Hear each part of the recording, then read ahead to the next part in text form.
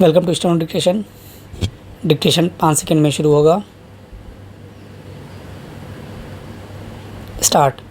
Supreme court का यह कहना सराहनीय और स्वागत योग्य है कि फुटपाथ पर पैदल चलने वालों का पहला अधिकार है।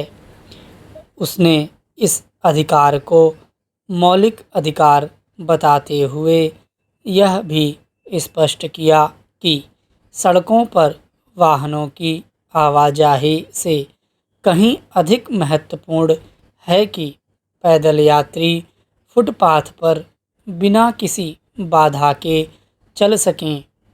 यह अच्छा हुआ कि सुप्रीम कोर्ट ने अपने फैसले में सरकारों को यह भी याद दिलाया कि यह एक ऐसा अधिकार है जिसे लागू किया जा सकता है।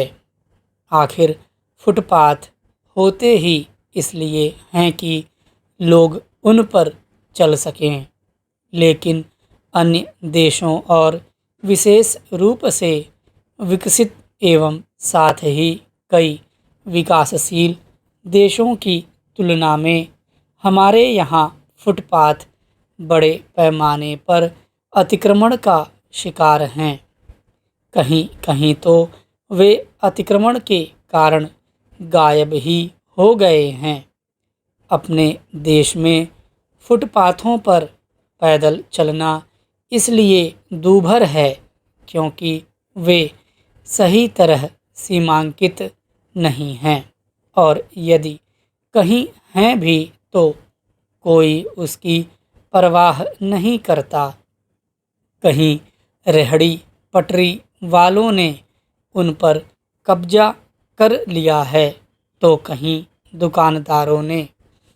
यदि कहीं वे अतिक्रमण से मुक्त हैं तो भी उनमें वाहन खड़े नज़र आते हैं या फिर दुकानों के साइन बोर्ड दिखते हैं। वास्तव में अपने यहाँ फुटपाथों पर पैदल चलने की सुविधा के अलावा वह सब होता है जो नहीं होना चाहिए। इसका ही नतीजा कि आमतौर पर लोग सड़क किनारे चलने के लिए विवश होते हैं और दुर्घटनाओं की चपेट में आते हैं। इन दुर्घटनाओं में प्रतिवर्ष हजारों लोगों की मौत होती है। सुप्रीम कोर्ट का उक्त फैसला एक मोटर दुर्घटना मुआवजे के मामले से जुड़ा है जिसमें एक 5 वर्षीय बच्चे की मौत इसलिए हो गई थी क्योंकि वह जिस सड़क से जा रहा था उस पर कोई फुटपाथ नहीं था। इससे बड़ी विडंबना और कोई नहीं हो सकती कि सुप्रीम कोर्ट को शासन प्रशासन को छोटी छोटी बातें याद दिलाने के साथ इसके लिए निर्देश भी देने पड़ते हैं कि उसे अपने बुनियादी काम करने चाहिए।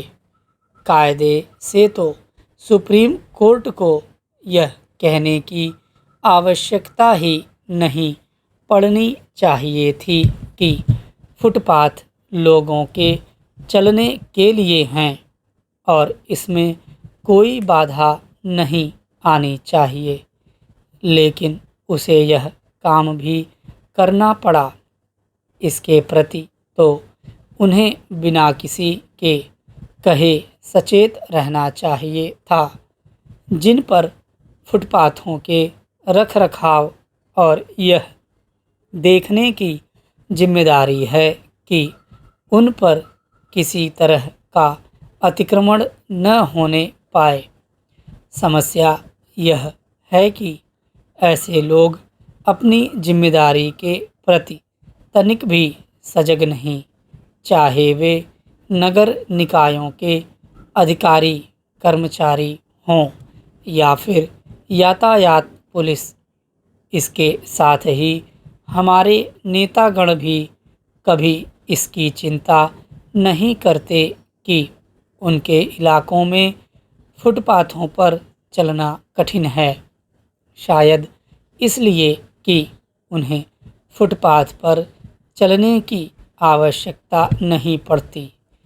फुटपाथों पर अतिक्रमण सबको दिखता है, लेकिन चेतता कोई नहीं।